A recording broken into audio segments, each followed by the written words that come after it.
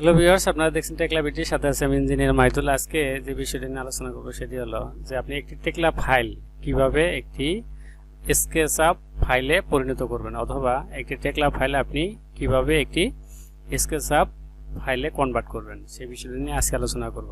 তো আলোচনা শুরু করার আগে আপনারা যারা আমার চ্যানেলটি সাবস্ক্রাইব করেছেন তাদেরকে ধন্যবাদ, এবং এখনও যারা সাবস্ক্রাইব করেনি please hit the subscribe button, এবং এখানে একটি বেল আইকন আছে, বেল আইকনে ক্লিক করতে ভুলবেন না, যাতে আমার পরবর্তী ভিডিও আপলোড হওয়ার সাথে সাথে আপনার নোটিফিকেশন পেয়ে যান। আমার চ্যানেলে এসে আন্ডার ভিডিওস আপনারা অনেকগুলো টেকলা রিলেটেড ভিডিও পাবেন, যেগুলো আশা করি আপনাদের টেকলা শিখতে সহযোগিতা করবে।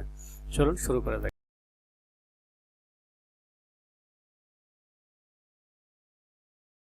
টেকলা ফাইলটি আপনার SketchUp প্রোতে কনভার্ট করার জন্য প্রথমে যে কাজটা করতে হবে সেটি হলো যে আপনার সকল এলিমেন্ট সিলেক্ট করে নিতে হবে। সিলেক্ট না করলেও হবে, কিন্তু এটা ভালো হয়। সিলেক্ট করার পর এখানে ফাইলে যাবেন প্রথমে। যদি আপনারা দেখতে না পারেন তাহলে আমি জুম করে দেখাচ্ছি। যে এখানে ফাইল আছে, প্রথমে ফাইলে যাবেন।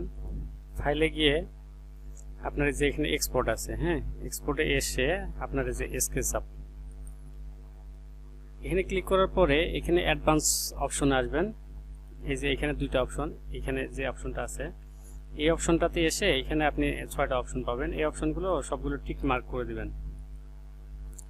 টিক মার্ক করে দেওয়ার পরে আপনি আবার প্যারামিটারে যাবেন। যাওয়ার পরে এখানে আউটপুট ফাইল, অর্থাৎ আপনি এই ফাইলটা কোন জায়গায় রাখবেন। কেমন, এই যে এখানে 3 ডট আছে, এখানে গিয়ে আপনি ফাইলটা যে জায়গায় সেভ করবেন ওইটা, এবং ফাইলের নামটা দিয়ে দিবেন। এই জায়গায় আপনি যে নামে এটা আউটপুট করতেছেন ওই নামে, আর যে ফোল্ডারে দেওয়ার পরে এখানে ক্রিয়েট সিলেক্টেড, অথবা ক্রিয়েট অল, দুইটার যে কোনো একটা করলেই হবে।